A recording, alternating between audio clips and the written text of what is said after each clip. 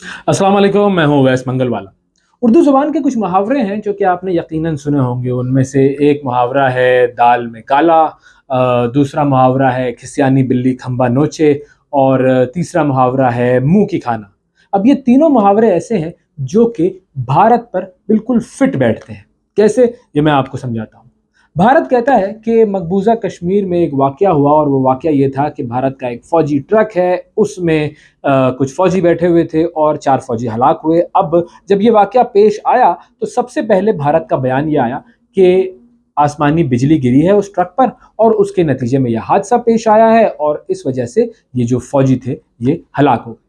अब ये बयान जब भारत की तरफ से दिया गया, उसके चंद घंटे के बाद भारत ने किस तरह पैंतरा बदला ये मैं आपको बताता हूँ। 3 बजे के करीब ये वाक़या पेश आया है कश्मीर के ज़िला राजौरी में और भारत की तरफ से ये बयान आया कि जी आसमानी बिजली गिरने की वजह से ये वाक़या पेश आया।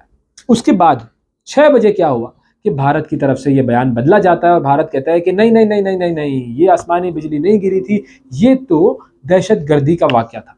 और जब दहशतगर्दी का नाम आता है तो फिर ज़ाहिर है भारत पाकिस्तान पर इल्ज़ाम लगाता है और 7 बजे तमाम भारतीय मीडिया ने, भारत के साबिक फ़ौजियों ने, भारत के जो तज्ज़ियाकार थे उन्होंने और इसके अलावा भारत के जो साबिक हुकूमती एहलकार थे उन सब ने शोर मचाना शुरू कर दिया कि जी पाकिस्तान, पाकिस्तान, पाकिस्तान से हमला हुआ है, पाकिस्तान की करदम तंजीमें इसमें इन्वॉल्व हैं और ये सारा मामला जो है वो शाम 7 बजे भारतीय मीडिया की मदद से पूरी दुनिया के सामने पेश करने की एक भौंडी सी कोशिश की जाती है जिसके अंदर इल्ज़ाम पाकिस्तान पर आयद किया जाता है। यानी 3 बजे ये वाक़या पेश आया, भारत का एक बयान आया कि आसमानी बिजली गिरने की वजह से ये वाक़या हुआ है और उसके बाद 4 घंटे में उन्होंने पैंतरा बदला, अपना बयान बदला और उन्होंने फिर उसके बाद पाकिस्तान को बदनाम करने का सोचा और पाकिस्तान को बदनाम करने की ये कोशिश शुरू कर दी।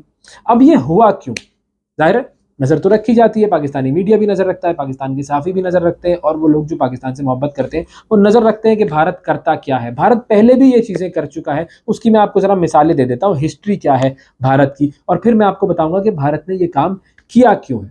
ठीक है जी? तो ये जो वाक़या पेश आया, इस तरह के और बहुत सारे वाक़यात भारत पहले भी कर चुका है, खुद ही भारत ड्रामे करता है और उसके बाद इल्ज़ाम लगाता है पाकिस्तान पर। और उसमें सबसे रीसेंट पोल जो भारत का खुला है वो है पुलवामा के ड्रामे का। अब पुलवामा के हवाले से भारत के जो मकबूजा कश्मीर के साबिक गवर्नर सत्यापाल साहब जो थे उन्होंने पोल खोली है जिस तरीके से भारत की कि जो पुलवामा का ड्रामा था वो भारत की अपनी कारस्तानी थी, बल्कि उन्होंने तो ये भी कहा कि मैंने जिक्र किया नरेंद्र मोदी से, अजीत डोवल से कि भाई ये मामला है, इस तरीके से नहीं होना चाहिए, लेकिन उन सब ने मुझे कहा खामोश रहो, इस पे कोई बात ना करो। और उन्होंने साफ इल्ज़ाम लगाया है, साफ-साफ जो साबिक गवर्नर साहब हैं सत्यापाल, उन्होंने साफ-साफ ये इल्ज़ाम लगाया, साफ-साफ ये बात की है, इल्ज़ाम लगाया है उन्होंने भारत की हुकूमत पर, बीजेपी की हुकूमत पर, और उन्होंने साफ-साफ ये बात की है, पोल खोल दिया है भारत का कि ये अंदरूनी ड्रामा था भारत का। उससे पहले बालाकोट हमला याद होगा आपको। बालाकोट पर भारत के जहाज आते हैं और कहते हैं कि जी हमने दहशतगर्दों को मार दिया, हमने मदरसा तबाह कर दिया और फलाना ढिमकाना और बड़ी बड़ी बातें। और उसके बाद 24 घंटे में जिस तरह पाकिस्तानी अफवाज ने भारत को जवाब दिया है, 2400 साल तक भारत नहीं भूल सकेगा उस जवाब को। और उसके बाद पता चला कि वहाँ तो कुछ भी नहीं, चंद दरख्त जो है वो गिराए गए थे भारत की तरफ से। तो भारत इस तरह के झूठे ड्रामे करता रहता है, झूठ बोलना भारत की आदत है। उसके अलावा आपको मैं ज़रा मज़ीद पीछे लेकर चलता हूँ। बिल क्लिंटन ने भारत आना था, उस वक़्त भारत ने क्या किया? एक और ड्रामा किया। उस वक़्त भारत ने सिखों को मारा, अपने ही लोगों को मारा, अपने ही सिखों को मारा, खुद मारा और इल्ज़ाम लगाया कश्मीरियों पर, इल्ज़ाम लगाया पाकिस्तानियों पर। और ये जो आज हम देखते हैं ना कि सिखों की तरफ से अलहदगी की तहरीक चलाई जा रही है, सारी दुनिया में रेफ़रेंडम हो रहे हैं और सिख कह रहे हैं कि भारत में हम पर ज़ुल्म हो रहे हैं, इस तरह के वाक़यात बहुत सारे हुए हैं सिखों के साथ। तो भारत ने उस वक़्त भी यही किया कि अपने लोगों के ज़रिए सिखों को मरवाया और इल्ज़ाम लगाया पाकिस्तान पर। फिर इंडियन फ़ौजी, भारतीय जो फ़ौजी हैं वो रिकॉर्ड पर हैं, ये बात सारी दुनिया के सामने आया है, ये पोल कई मर्तबा खुल चुका है कि भारतीय फ़ौजी अवार्ड्स लेने के लिए, जो हुकूमत अवार्ड्स देती है ना फ़ौजियों को, वो अवार्ड्स लेने के लिए अपने ही बेगुनाह लोगों को मारते रहे हैं। ये बात भी रिकॉर्ड पर है, सिर्फ ज़रा गूगल पर जाकर सर्च कीजिएगा, आपको ये सारे वाक़यात सामने खुलकर मिल जाएंगे। समझौता एक्सप्रेस सबको याद है, समझौता एक्सप्रेस भारत ने खुद किया और उसके बाद किस तरीके से पाकिस्तान पर उसका इल्ज़ाम लगाया। गुजरात में जिन लोगों ने जुल्म सितम किया उन लोगों को भारत की अदालतें आज आज़ाद कर रही हैं। ये है भारत का वो जालिम चेहरा जो कि सारी दुनिया के सामने आ रहा है आहिस्ता आहिस्ता, और भारत ये समझता है कि वो झूठ बोलता रहेगा, लेकिन नहीं, भारत के झूठ बेनकाब होते रहेंगे, भारत मुंह की खाता रहेगा। अब ये जो वाकया है राजौरी वाला, ये क्यों हुआ है, इसकी वजह मैं आपको बताता हूँ। भारत में G20 इजलास होना है, G20 इजलास होना है जी 21 से 23 मई को, और भारत ने स्ट्रेटेजिकली उसके लिए जो जगह चुनी वो थी श्रीनगर की। तो भारत ने कहा कि हम श्रीनगर में ये करवाएंगे G20 का इजलास, सारी दुनिया के लोग आएंगे, G20 के ममालिक के जो बड़े बड़े सरबराहान हैं वो सब आएंगे, और उनके सामने देखो कैसा तासुर जाएगा कि कश्मीर में तो बड़ा अमन है। लेकिन कश्मीर में जाहिर है अमन तो नहीं है, वहाँ पर तो जुल्म सितम के पहाड़ तोड़े जा रहे हैं भारत की तरफ से कश्मीरियों पर, और जिस तरीके की वहाँ पर सूरत हाल है उसको एक तरीके से कवर अप करने के लिए भारत ने श्रीनगर में G20 का इजलास बुलाने का ऐलान किया।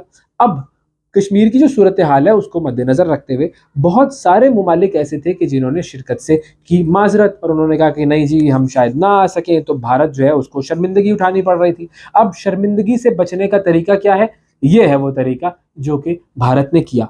और फिर उसके अलावा जो कश्मीरी थे उन्होंने भी कहा कि जी हम तो हड़तालें करेंगे, हम तो एहतजाज करेंगे, आने दीजिए G20 ममालिक के लोगों को। तो भारत फिर डर गया, भारत ने कहा कि अगर ये तमाम लोग आएंगे, G20 ममालिक के लोग यहाँ पर आएंगे और उन लोगों के सामने कश्मीरी हड़ताल करेंगे, एहतजाज करेंगे, तो हमारी तो बड़ी सुबकी होगी, हमने तो जो एक ड्रामा किया हुआ है अमन का, तो ये तो सारा पोल खुल जाएगा।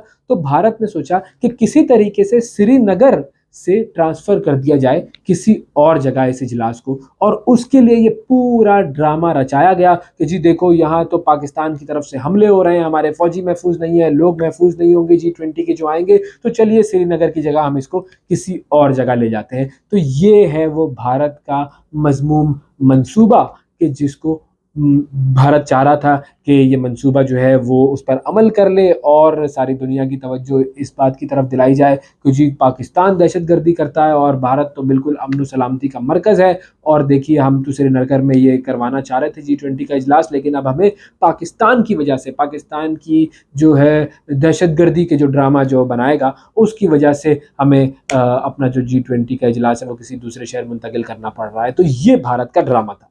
अच्छा, अब ऐसे में पाकिस्तान की तरफ से एक और काम हुआ। पाकिस्तान के वज़ीर ख़ारिजा बिलावल भुट्टो ज़रदारी साहब ने यह ऐलान किया कि जी मैं गोवा जाऊँगा और गोवा में जो शंघाई ताउन तंजीम है उसका इजलास होना है, वो भी मैं अटेंड करूँगा। अब यहाँ पर पाकिस्तान को मिल गया एक फ्रंट फुट। पाकिस्तान के वज़ीर ख़ारिजा की तरफ से बड़ा ज़बरदस्त ये बयान आया, क्योंकि भारत की तरफ से तो हम देखते ही रहते हैं कि वो तो ना क्रिकेटर्स हमारे यहाँ भेजता है, ना उनके लोग यहाँ पर आते हैं, और जिस तरीके से भारत ने एक बदमाशी बनाई हुई है उसका पोल खोलने के लिए बिलावल भुट्टो ज़रदारी साहब ने बड़ा ज़बरदस्त ये इक़दाम किया। उन्होंने कहा कि जी मैं जाऊँगा भारत और इस इजलास में शिरकत करूँगा। अब ज़ाहिर है एक ज़बरदस्त किस्म का वज़ीर ख़ारिजा जब भारत जाएगा तो दुनिया के लोग उसकी बात सुनेंगे, उसकी बात मानेंगे, और पाकिस्तान का मौक़िफ़ बिलावल भुट्टो ज़रदारी साहब सारी दुनिया के सामने रखेंगे, भारत में बैठ कर रखेंगे। तो भारत को इस बात का भी डर हो गया कि जनाब अगर बिलावल साहब आ गए तो हमारी तो और सुबकी होगी, और सारी दुनिया जो है वो तो बिलावल साहब को सुनेगी और उनकी बातें सुनेगी, और ज़ाहिर है उनकी बातें मानेगी। तो इस चीज़ को मद्देनज़र रखते हुए अब शायद भारत ये ऐलान भी कर दे कि हम बिलावल साहब को नहीं बुलाना चाहते, लेकिन पाकिस्तान भारत के ड्रामे खोलता रहेगा, पाकिस्तान भारत की पोल खोलता रहेगा, और पूरी दुनिया को ये बताता रहेगा कि भारत किस तरीके से इस वक्त मुसलमानों पर जुल्म कर रहा है, इस वक्त सिखों पर जुल्म कर रहा है, सारी माइनॉरिटीज़ पर जुल्म कर रहा है, और दुनिया में दहशतगर्दी फैला भी रहा है। पाकिस्तान ये करेगा, पाकिस्तान के वज़ीर ख़ारिजा भी ये करेंगे, और भारत हमेशा मुंह की खाता रहेगा। बहुत शुक्रिया।